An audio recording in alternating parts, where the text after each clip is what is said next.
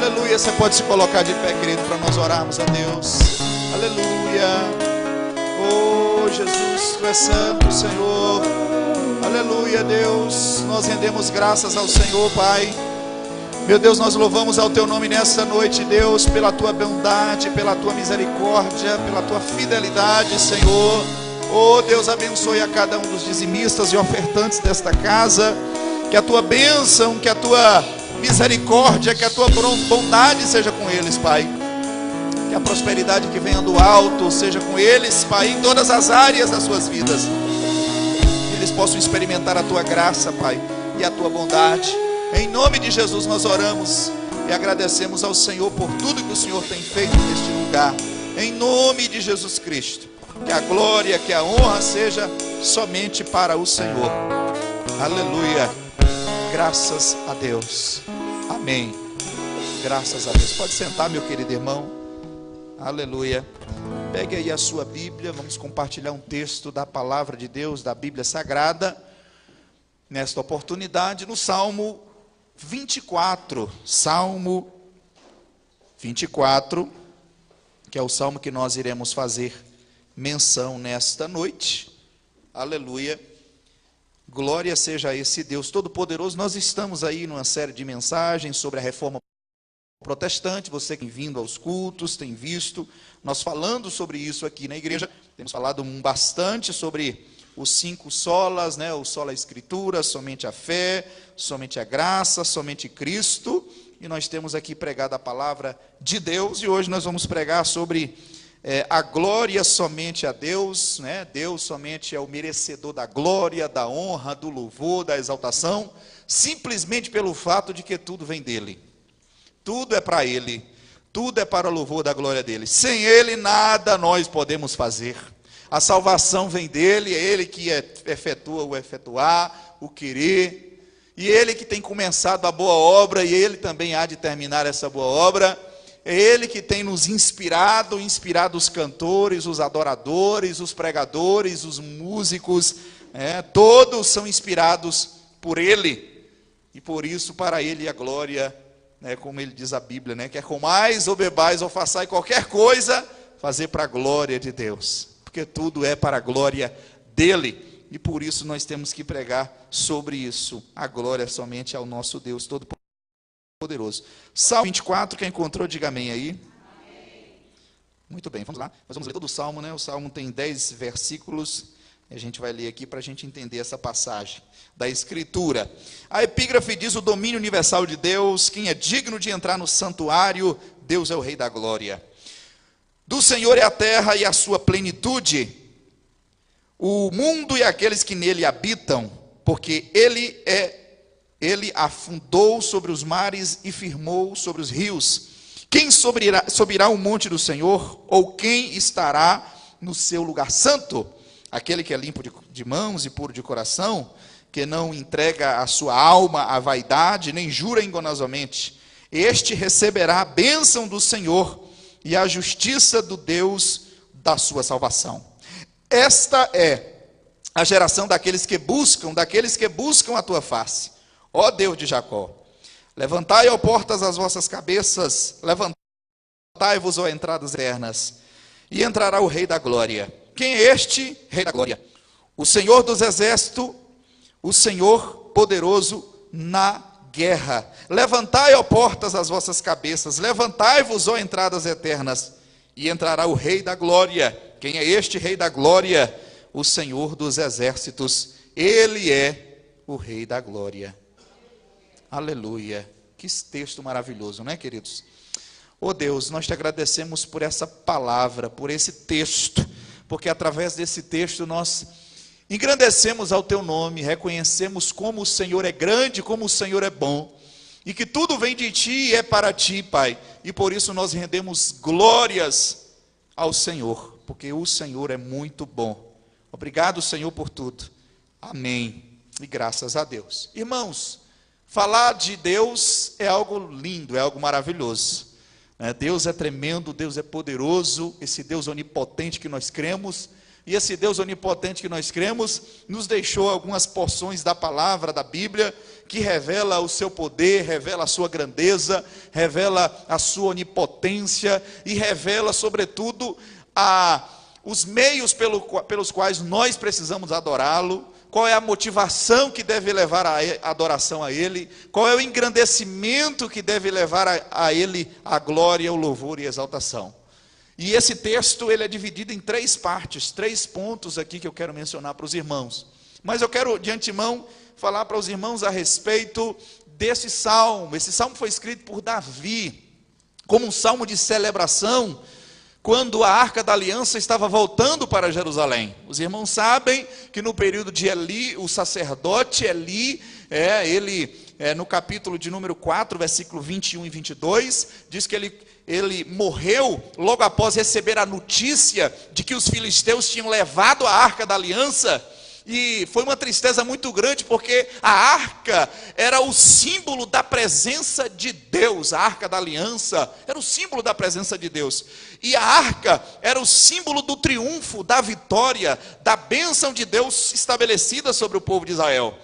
E o povo havia perdido a guerra por conta da incompetência religiosa de Eli, que não foi um líder tão bom espiritualmente, também os seus filhos, que eram promíscuos, Ofni e Finéias, e esses 2 foram mortos dentro do templo, e a arca foi saqueada e levada. E aí, quando um mensageiro foi levar a mensagem para todo o arraial, dizendo que a arca tinha sido levada, Eli ficou sabendo: que alvoroço é esse que você vem trazendo? E aí ele divulga a informação muito triste: seus filhos estão mortos, Ofni e Finéias, e a arca de Deus foi levada. E aí, ele, muito gordo, ele estava muito obeso, e ele já era quase cego, e ele caiu e quebrou o pescoço. Mais uma tragédia, além dos filhos e da arca ter sido levada, ele também morreu, quebrou o pescoço, o sumo sacerdote da época.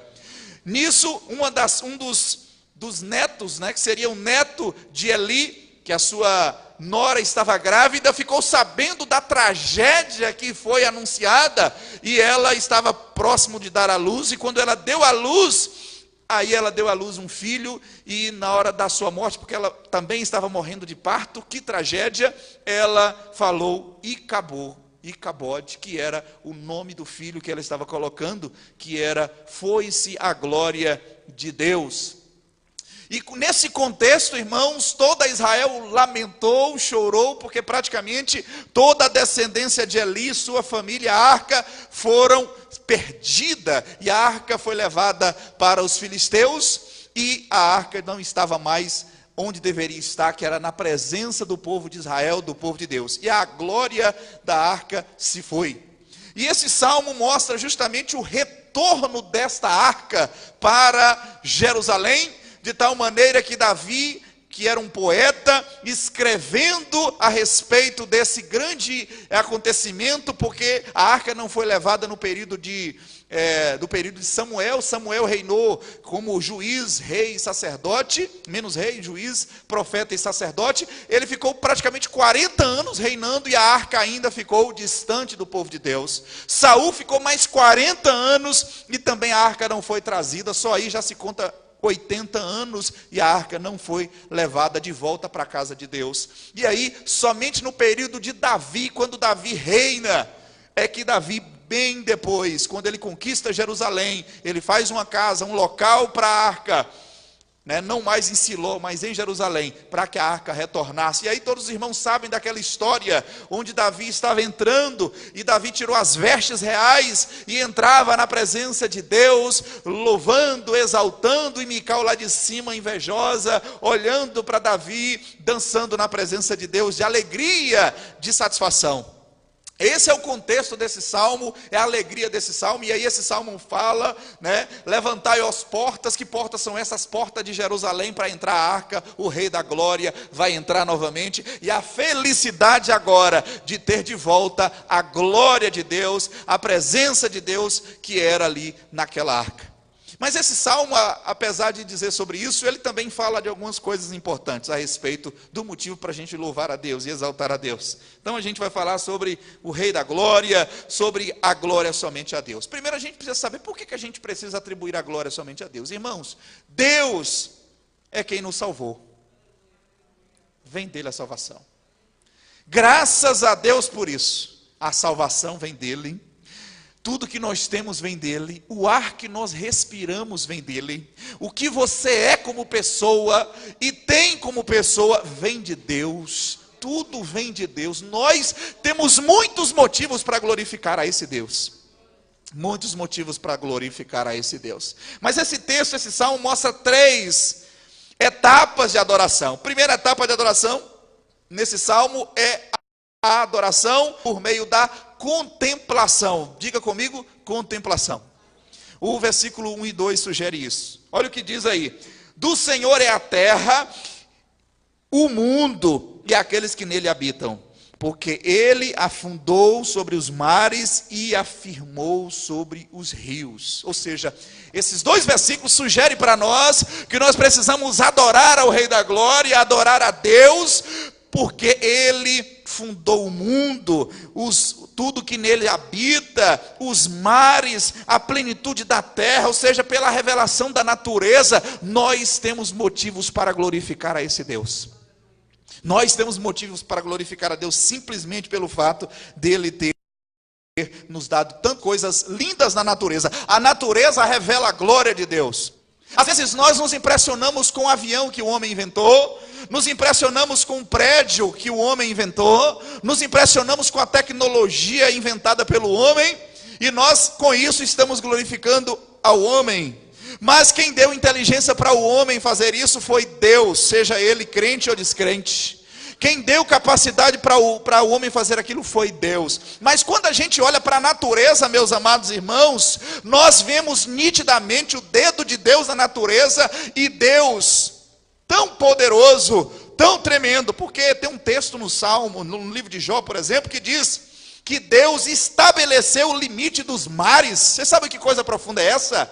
O mar com aquela imponência, o mar com aquela autoridade que o mar tem, com aquela arrogância, que o mar é arrogante. O mar ele é arrogante. Se alguém quiser achar que é arrogante, que é melhor do que o mar, encara ele para você ver que você não aguenta. O mar é poderoso, mas Deus estabeleceu o limite para os mares, ou seja, você só vai até aqui com a sua imponência, com o seu poderio. Eu estabeleço o limite, seu mar. É o nosso Deus faz isso. Aleluia, glória a Deus. A Bíblia diz em Salmo 119, os céus proclamam a glória de Deus, e o firmamento anuncia as obras das suas mãos. Glória a Deus. Pela natureza, a natureza revela o poderio, a grandiosidade de Deus. Eu me lembro, irmãos, que quando a minha esposa estava grávida, nós conversávamos e dizia: como Deus é tremendo, fazer osso nascer dentro de uma barriga. Você já pensou nisso, irmão? É Deus, é o poderio de Deus através da natureza. O osso nascer dentro de uma barriga e formar uma pessoa, um ser humano. Aleluia! Irmão, Deus se revela através do seu poder, através da sua grandiosidade, através do seu poder. O Salmo 40, por exemplo, ele mostra a grandeza de Deus. E no Salmo 40, no versículo 12, ele vai dizer assim, ó: quem mediu com o seu punho as águas, ou seja, as águas, e tomou a medida dos céus aos palmos. Deus mediu os céus com as palmas das mãos, e recolheu em uma medida o pó da terra, e pesou os montes e os outeiros em balanças. Ou seja, Deus é muito poderoso. Jó fala que Deus, ele chama os raios pelo nome, conhece as estrelas pelo nome.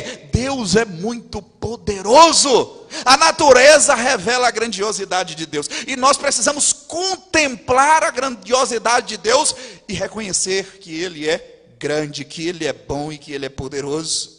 Ainda aqui no Isaías 40, no versículo 15, diz: e eis que as nações que são consideradas por ele como a gota de um balde, e como um pó miúdo nas balanças, e eis que lança por ilhas como uma coisa pequeníssima. Ou seja, os Estados Unidos com todo o seu poder, a China com todo o seu poder, as nações com todo o seu poder. Deus olha para todas as nações e vê como uma gotinha de água dentro de um balde, porque Ele é muito grande, porque Ele é muito poderoso. Deus é muito grande, irmãos, é muito tremendo.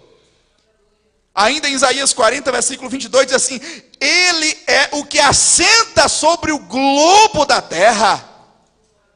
Ele está assentado sobre o globo da terra, cujos moradores são para ele como gafanhotos, pequenos, insignificantes. Ele é o que estende os céus como uma cortina, que desenrola como uma tenda, para neles habitar. Aleluia!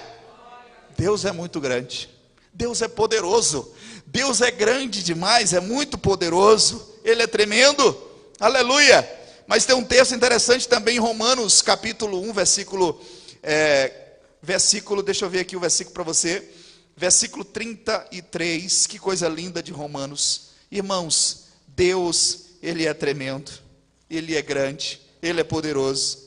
Olha o que ele diz aqui no Salmo, Romanos capítulo 1, versículo 8. Porque do céu se manifesta a ira de Deus sobre toda a impiedade e justiça dos homens, que detêm a verdade em justiça, porquanto o que de Deus se pode conhecer, nele se manifestou.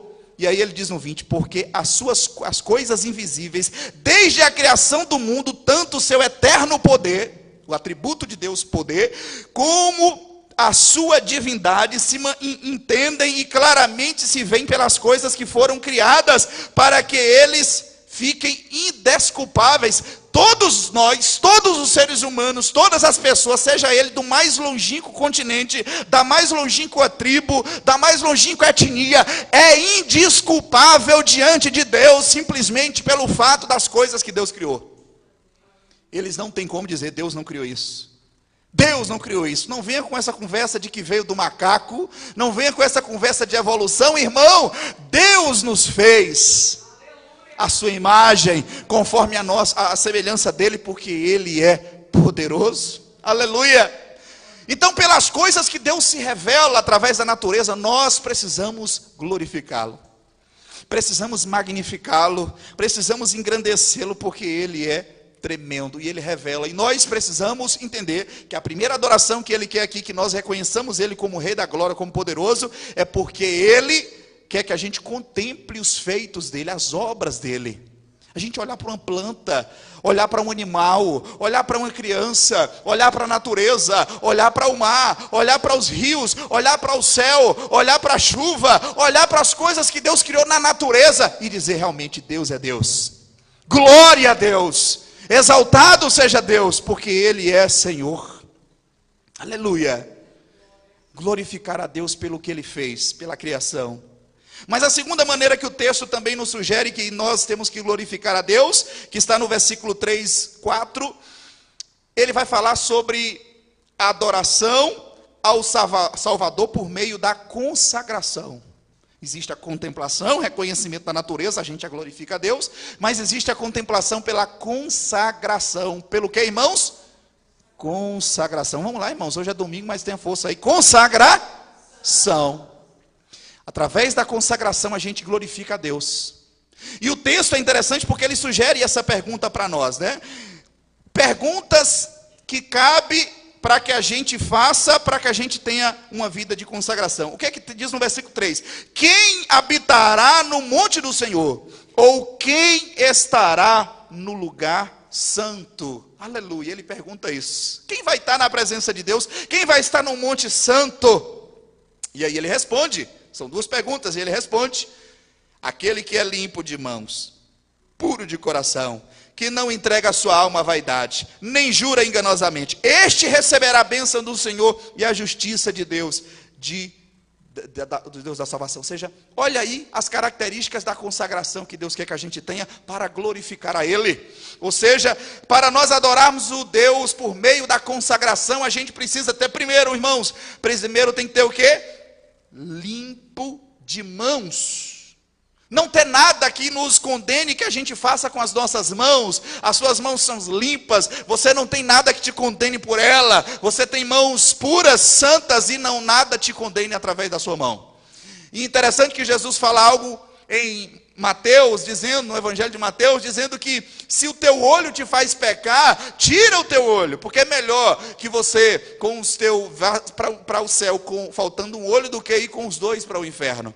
Ele fala também da mesma forma os pés. Se você tem um pé que está te levando para um caminho mau, arranque essa perna. É melhor você ir sem perna para o céu do que ir com as duas pernas para o inferno. A mesma coisa da mão, ele falou, se a tua mão te faz pecar, tire essa mão. É melhor você tirar a mão do que você com as duas mãos ir para o inferno. Jesus é muito categórico porque ele quer que a gente tenha as mãos limpas, as mãos puras diante de Deus. Não diante dos homens, porque diante dos homens a gente pode até enganar, mas Deus ninguém se engana.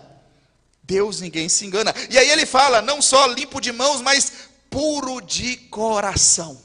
Quando ele fala coração aqui, ele não está se referindo somente ao coração órgão, esse coração que bate dentro da gente aqui, não é isso, não é só o órgão vital, mas ele está falando da nossa mente. Coração é mente da Bíblia. Lembra do Salmo 119, versículo 11? Guardei a tua palavra no meu coração para não pecar contra ti. Ele está dizendo da mente. Então coração aqui é puro de mente, alguém que tem uma mente pura. E aí é interessante que Paulo vai explicar isso, vai dizer que o cristão ele precisa ser simples como uma criança, né? Inocente na malícia, mas adulto no entendimento.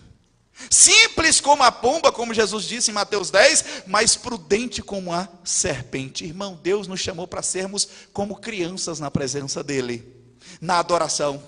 Você talvez tenha que ser maduro no entendimento para outras coisas, mas para estar na presença de Deus, você tem que ser como uma criança, inocente, pura, imaculada. E aí Jesus disse algo interessante, ele diz assim, deixa minhas criancinhas, porque das tais é o reino de Deus. Os discípulos perguntaram, quem, Senhor, é maior aqui daqueles que aqui estão?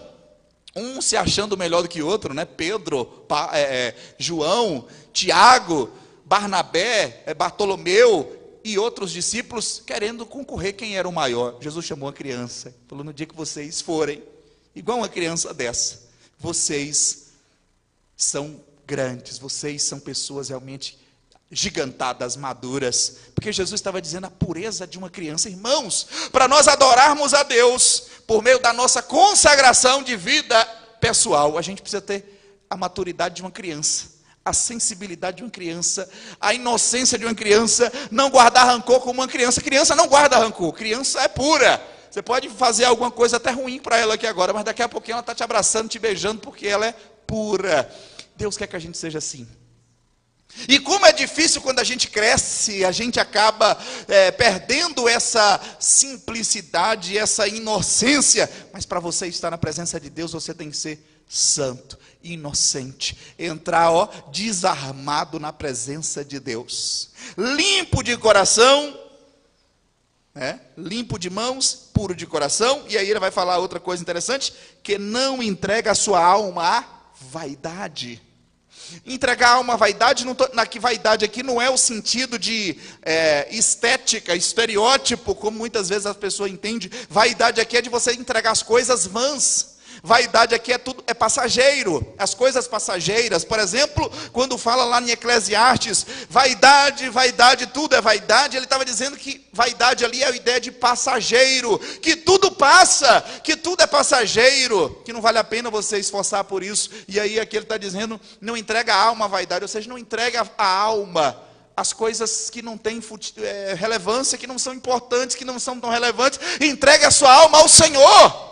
Confia nele e o mais ele fará. Nós precisamos colocar a nossa alma no Senhor. Então quando ele fala aqui, não entrega a alma à vaidade, você não entrega a alma, o coração, sua vida, o que é melhor seu para as coisas vãs dessa vida, mas se dedique ao Senhor. Aleluia, glória a Deus. Fala para o seu irmão, se entrega a sua alma ao Senhor. Sua alma ao Senhor, sua vida, sua dedicação às coisas de Deus, porque é isso que vale a pena, meu amado irmão. Jesus falou uma parábola certa feita de um homem que estava querendo ficar rico, e esse homem aumentava o celeiro, e trabalhava dia e noite em prol daquilo. E aí o homem foi perguntado quando ele morreu, né? Ele dizia: folga, alma, descansa. Mas ele estava fazendo as coisas simplesmente para essa vida. E aí Jesus fala: o que dará você em resgate da sua alma? Para o que você tem feito, para quem você tem preparado isso? Vai ficar tudo aqui. Nós temos que entregar nossa alma ao Senhor. Não a vaidade dessa vida, tudo vai passar, irmãos, tudo aqui passa. O que vai valer a pena é servir a Deus, é adorar a Deus, é as experiências com Deus, é a vida profunda com Deus. Aleluia! Tem gente que está perdendo tempo dessa vida. Jesus mesmo mencionou: não ajunteis tesouro onde a traça, ferrugem, ladrões minam e roubam, mas ajunteis antes tesouro no céu, onde a traça, ferrugem, ladrão não mina e não rouba. Aleluia! E para a gente ajuntar tesouro no céu, irmão, é fácil. Sirva a Deus com todas as suas forças, entrega a sua alma à obra do Senhor, que vai valer a pena. Aleluia! Glória a Deus. Glória a Deus. Não entrega a alma à vaidade. E aí fala também aqui: nem jura enganosamente. Olha que texto, irmãos, que texto. Não jura enganosamente. Nós vivemos numa era em que as pessoas não têm valorizado tanto a palavra. Pessoas de palavra, de dizer assim, ó, é assim e é assim. Não temos mais. As pessoas até perderam essa capacidade. Às vezes até crente, e ele faz um compromisso e não vai. Ele já faz o compromisso sabendo que ele não vai, mas ele faz por ética, porque nós estamos vivendo na fase do politicamente correto. E aí, para você agradar a pessoa, você fala: eu vou, pode deixar, eu apareço lá, viu? Vou estar lá. Mas ele sabe que ele não vai. Ele está jurando enganosamente. Você já viu aqueles atendimentos de telefonema? Ó, sim, tá bom, pai está te chamando aqui, é fulano. Ó, fala, filho, que eu não estou. Fala que eu não estou não. E ele mente, está jurando enganosamente. Esse tipo de comportamento, irmão, Deus não se agrada. A gente precisa ser verdadeiro. O que Jesus nos ensinou sobre isso? Ou sim, sim, ou não, não. O que passar disso é o que, igreja? Procedência maligna. E eu conheço pessoas que é assim, que tem um ato já, para agradar: pastor, estou contigo, ó, nós estamos juntos. E aí ele não vai, não aparece, a gente já sabe como é que vai ser. Então, irmão, nós precisamos ter palavra. Deus é um Deus de verdade, e é um Deus de palavra. Porque Deus falou o quê? Eu velo sobre a minha palavra para cumpri-la. E nós temos que imitar Deus. E aí quando ele fala aqui, jura enganosamente, é alguém que não tem palavra. E a gente vive numa sociedade que infelizmente não pode se acostumar com isso, com esse tipo de coisa. E aí ele vai falar: este receberá a bênção do Senhor, a justiça de Deus da salvação. Olha que coisa tremenda. Então, aquele que entra na presença de Deus, querido, de coração limpo, de mãos limpas, aquele que não jura enganosamente, aquele que está na presença de Deus, esse aí consegue, pela sua vida consagrada, louvar a Deus. Não é glorificar a Deus na igreja, aleluia, glória a Deus, não é isso. Para você glorificar a Deus é uma vida consagrada a Ele. Salmo 15, vamos lá, pega a sua Bíblia aí, Salmo 15. O Salmo 15 também mostra praticamente os mesmos critérios para se entrar na presença de Deus. Porque Davi aqui, ele coloca isso, por quê?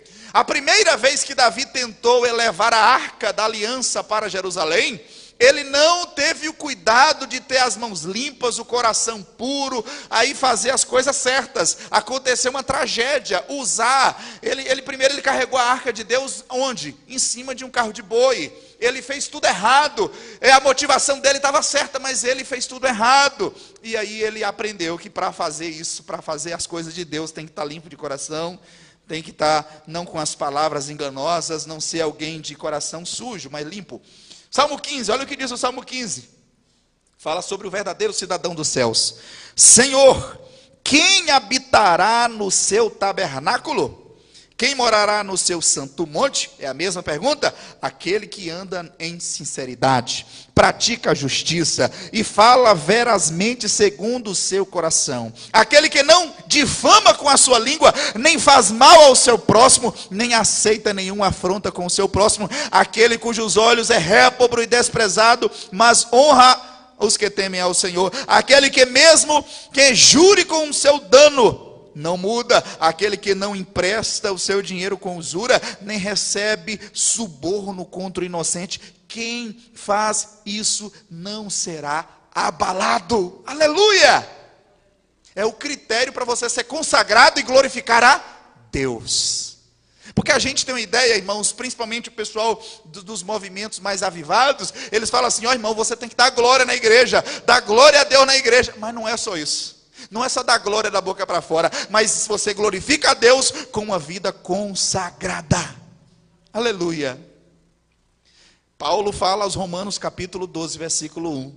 Mas sacrificai-vos os vossos corpos como sacrifício vivo, santo e agradável a Deus, que é o vosso culto racional. Então, quando a gente está aqui, irmão, nessa visão de consagrar a vida para Deus, Deus está cheirando, recebendo a sua vida para a glória dEle. Para a glória dEle. E aí ele diz em 1 Coríntios 10, 31, quer comais ou bebais, façais tudo para a glória de Deus. Tudo é consagrado a Deus, tudo é para a glória de Deus. Mas além de nós adorarmos o Criador por meio da contemplação, além de adorarmos o Salvador por meio da consagração, nós também adoramos ao Rei por meio da celebração. Então, o que a gente pode fazer aqui? Adorar ao Rei por meio de quê? Celebração. Diga para o seu irmão assim: celebre ao Rei. Celebra ao Rei. Deus, como Rei, Ele é digno de ser celebrado. Você sabia que ninguém poderia comparecer diante de um rei triste? Não podia. Porque se você se comparecesse diante de um rei triste, era sinal de que você estava desagradando o rei, porque você não estava feliz com o reinado dele. Vocês se lembram de Neemias, quando Neemias esteve diante do rei, o rei perguntou a Neemias: por que está triste? Você nunca esteve assim na minha presença, porque não podia, era um sacrilégio aparecer diante do rei triste. Porque você tinha que estar alegre diante do rei. Era uma maneira de você dizer: olha, o seu reinado está ótimo, está bom, eu estou feliz com o seu reinado. E aí o Neemias fala porque ele estava triste, porque o povo estava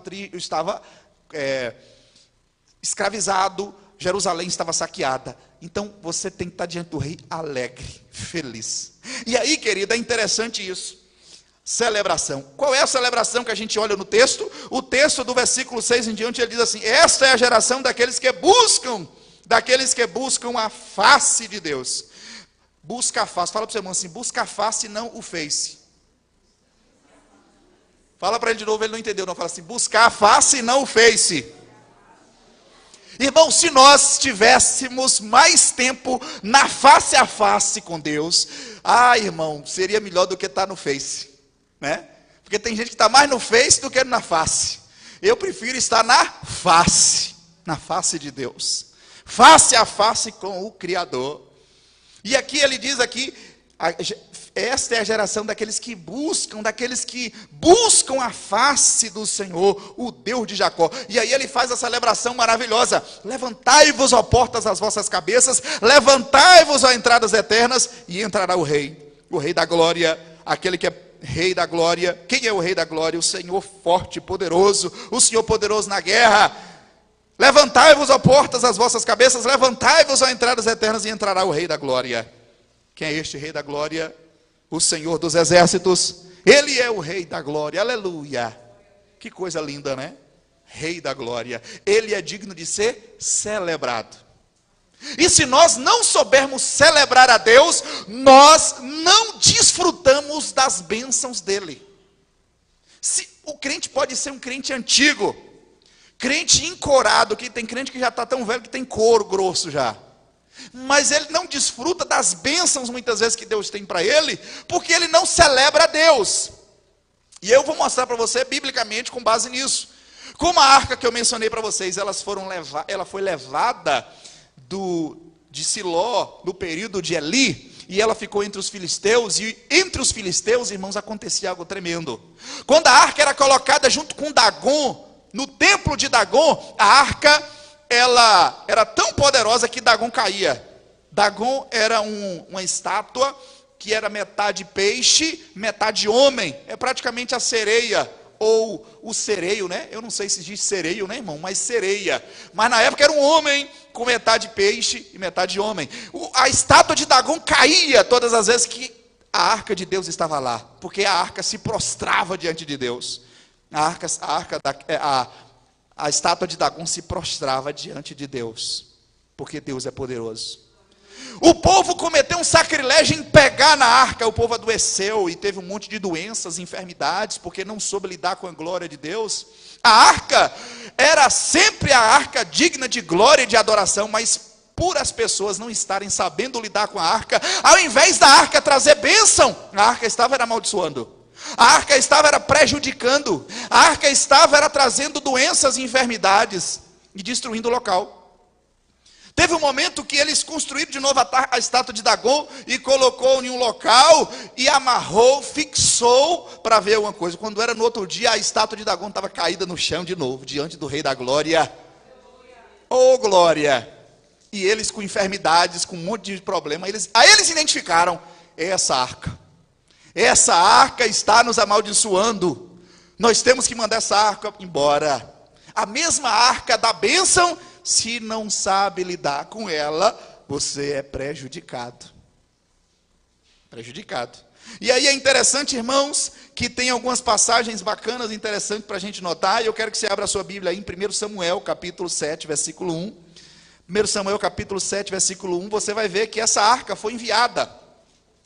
Essa arca foi enviada na época pelos os filisteus para voltar para Jerusalém. E qual foi o teste, pastor? Eles fizeram o seguinte teste. Pegaram uma vaca com um bezerrinho novo e deixou o bezerrinho amarrado, colocou a arca dentro da carroça e soltou a vaca. Se a vaca voltasse para Jerusalém é porque Deus que estava guiando a vaca. Porque a vaca com parida nunca vai sair do bezerro. Mas aí a arca saiu sozinha com essas duas vacas e saiu indo em direção a Jerusalém, mostrando que Deus é que estava guiando aquele animal. E ela foi até o território de Jerusalém. Chegando lá, irmãos, Deus permitiu, capítulo 7, versículo 1, mostra que a arca ficou 20 anos na casa de uma família. Observe comigo o texto, versículo 1, no capítulo 7 de 1 Samuel. Então vieram os homens de Quiriat Jearim e levaram a arca do Senhor e trouxeram a casa de Abinadab no outeiro e consagraram Eleazar, seu filho, para que guardassem a arca do Senhor. E sucedeu que desde aquele dia a arca ficou em Quiriat Jearim e tantos dias se passaram, que passaram quantos anos? 20 anos, e lamentava toda a casa de Israel após o Senhor. 20 anos a arca ficou na casa de Eleazar, na casa de Abinadab. 20 anos. Não existe um versículo bíblico aqui, depois disso, que mostra que houve alguma bênção para ele. Não houve bênção. 20 anos com a arca de Deus dentro de casa, mas não houve bênção. Deus não puniu ninguém lá, mas ninguém foi abençoado. 20 anos lá dentro. Agora pega outro texto comigo, vamos lá, 2 Samuel. 2 Samuel. 2 Samuel. 2 Samuel, capítulo de número 6, versículo 11. 2 Samuel, capítulo 6, versículo 11. Olha o que diz o texto. E ficou a arca do Senhor em casa de Obed-edom, o geteu, 3 meses. Quantos meses, irmãos? E abençoou o Senhor a Obed-edom e toda a sua casa. Então avisaram a Davi, dizendo: abençoou o Senhor a casa de Obed-edom e tudo quanto tem, por amor da arca de Deus. Foi, pois, Davi e trouxe a arca de Deus para cima da casa de Obed-edom, a cidade de Davi, com alegria. O que eu quero mostrar para os irmãos? A arca ficou nos filisteus muito tempo, só prejuízo. A arca ficou 20 anos depois na casa desse Abinadab e não houve uma bênção, mas ficou 3 meses na casa de Obed-edom e houve vitória, houve bênção na sua casa, na sua família. Por que aconteceu diferente, pastor? Era a mesma arca, era a celebração.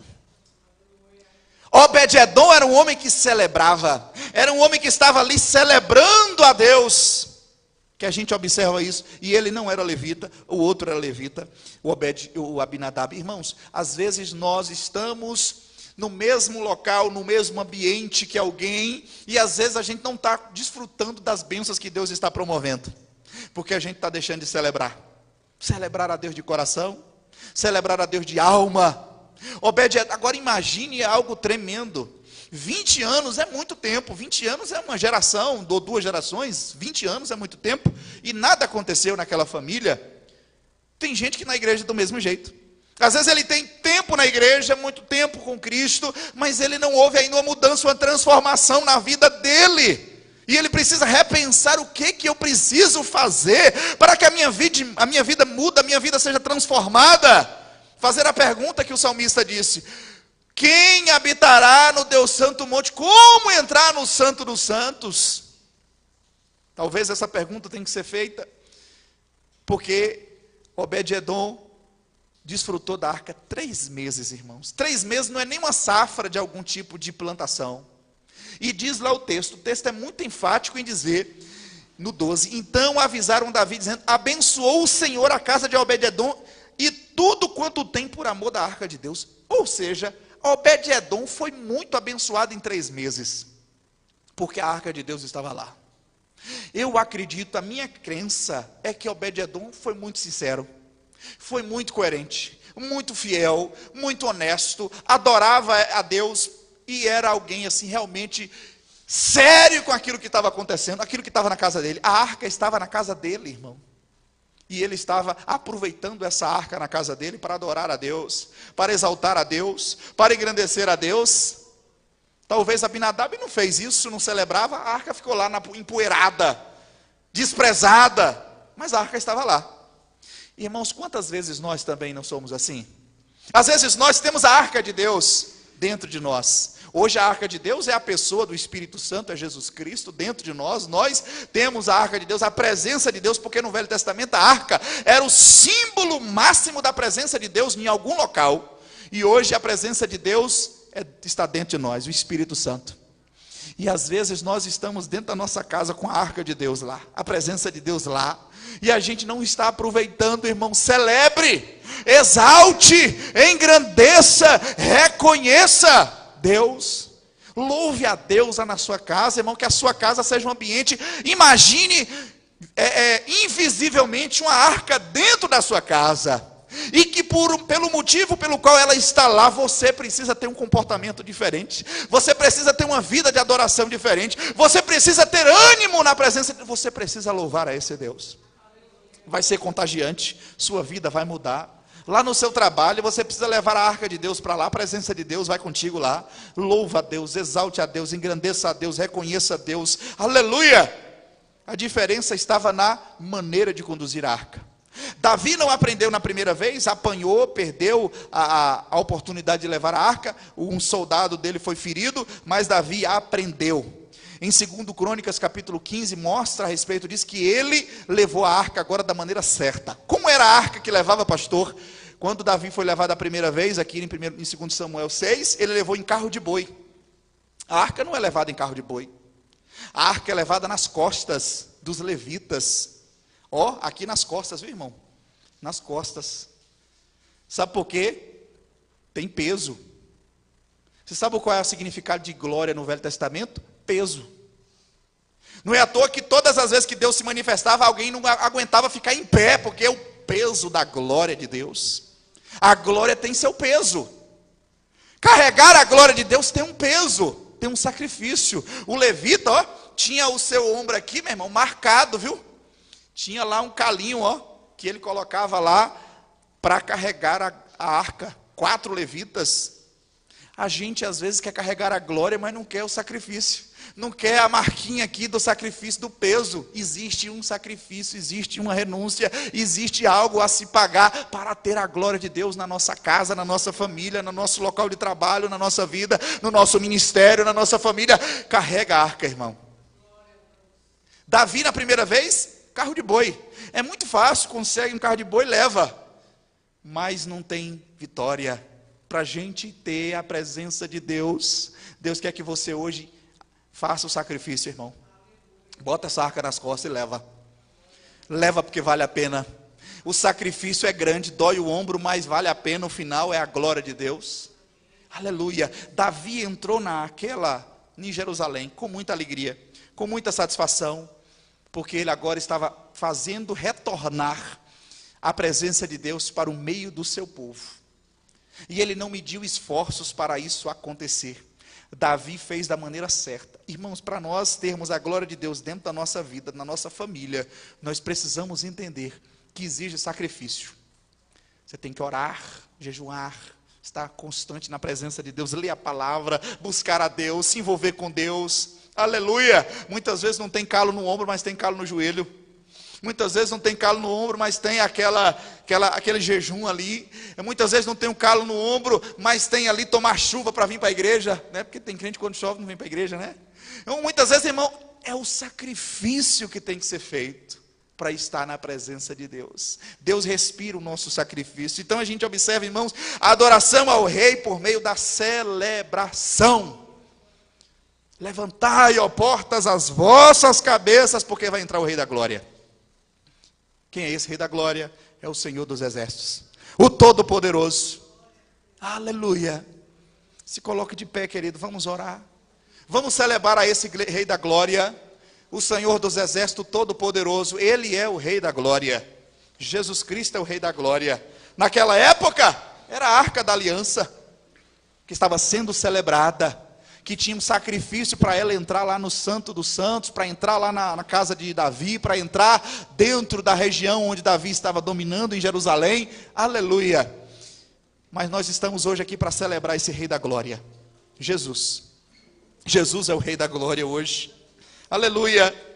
Jesus é o rei da glória hoje. Hoje a gente vai cantar aquele rei da glória, ó, vai combinar a música certinho, ó. Ô glória, ele é o rei da glória. Ele é o rei da glória. Será que você tem noção disso, irmão? O rei da glória está aqui. Davi não ficou com timidez. Tirou a roupa real, tirou a roupa de rei, tirou a roupa de que ele era o rei e ele agora vai adorar o rei da glória. Às vezes nós nos inibimos, às vezes nós ficamos travados diante dos homens, mas quando nós vamos à igreja, nós estamos diante do rei, de Jesus Cristo. Ele é o rei dos reis. Ele é o Senhor dos senhores, conforme diz em Apocalipse. Aleluia. Imagine aí, feche os teus olhos aí, entra na presença do rei. Imagine que você está entrando na presença do rei, e você não pode entrar de maneira alguma na presença do rei triste. Você tem que entrar na presença do rei alegre. Porque se você está triste, o rei vai dizer: você não está satisfeita com o meu reino, filha. Você tem que estar alegre, ainda que seja por dentro. Alegre, feliz. Deus, obrigado, Senhor. Aleluia. Ele é o rei. Ele é o rei. E você não pode chegar diante do rei de mãos abanando. Tanto é que quando nós chegarmos diante do rei da glória lá no céu, quando nós formos arrebatados, nós teremos um evento chamado Bodas do Cordeiro, que é quando nós receberemos o galardão de tudo aquilo que nós fazemos para Deus aqui nessa terra, para depois nós entregarmos ao rei da glória todas as obras que nós fizemos a ele, porque nós não podemos entrar diante de um rei sem nada nas mãos. E o que é que você tem feito para Deus, irmão? Será que o que você tem feito para Deus é digno dele dizer assim: filha, eu vou receber você com muita alegria, as suas obras, está aqui as suas obras, aleluia.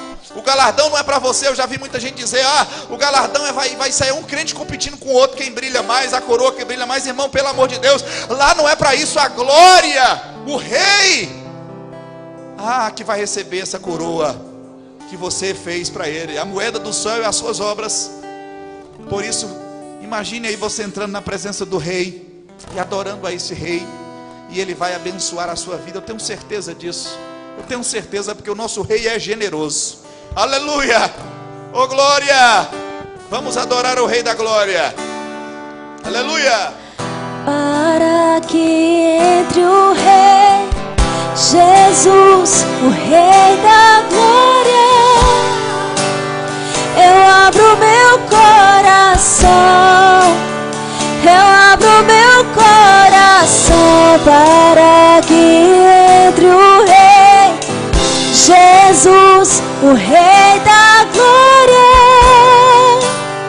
Eu abro meu coração, eu abro meu coração para que entre o Rei Jesus, o Rei da glória.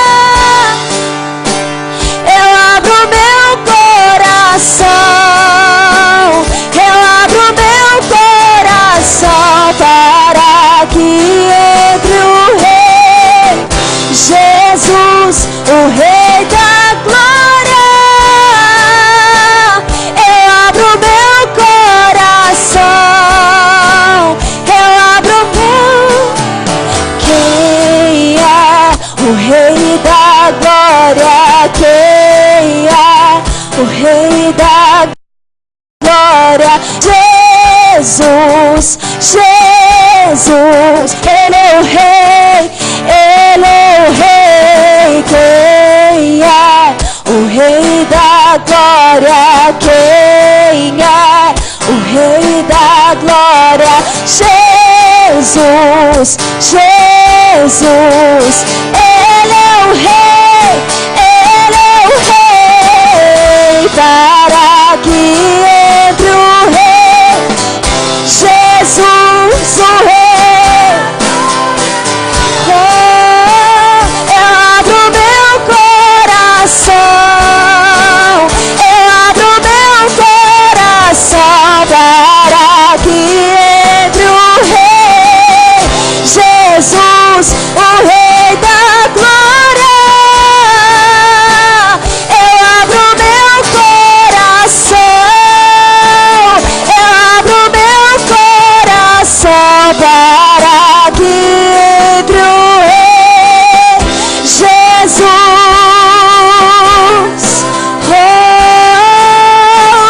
Eu abro meu coração, eu abro meu coração. Lindo, lindo, lindo és. Glória, glória eu te dou, Jesus,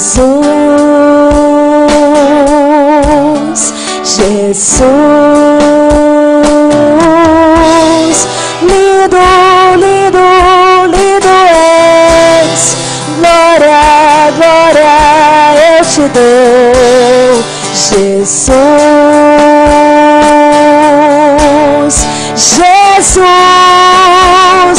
Me leva à sala do trono e mostra tua beleza. Eu quero ver tua face. Então me leva à sala do trono, mostra tua beleza. Eu quero ver tua face. Para que entre o Rei Jesus.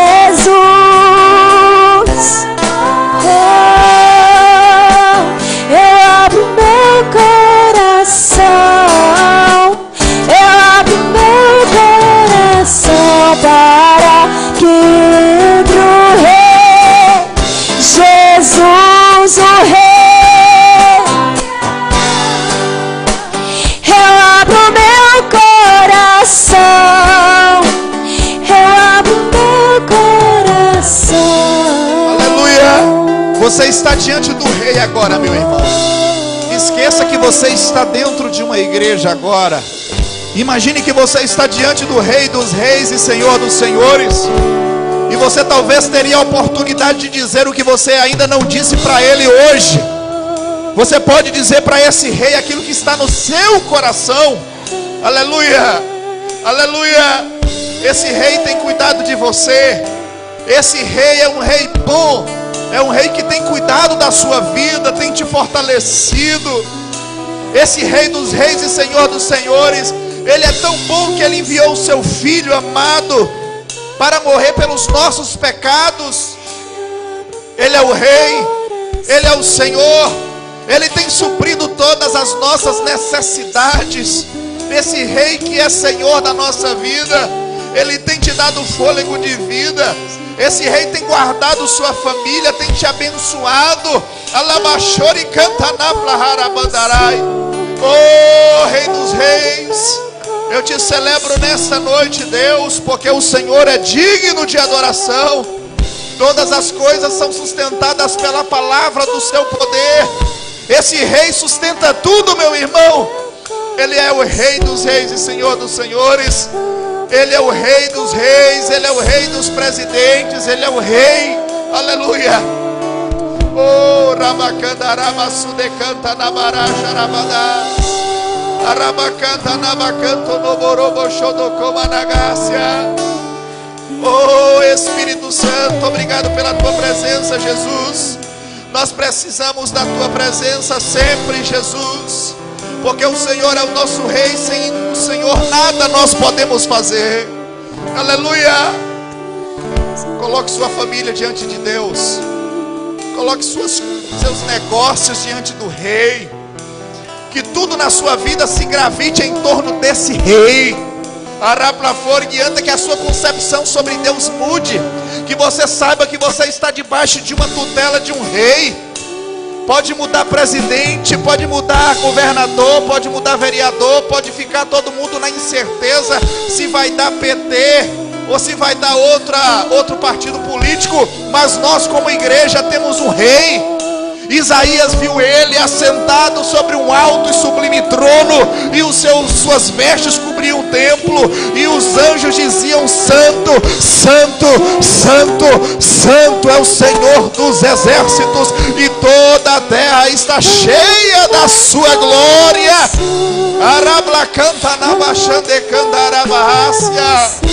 Oh, Senhor, glorificamos nessa noite, Senhor Jesus.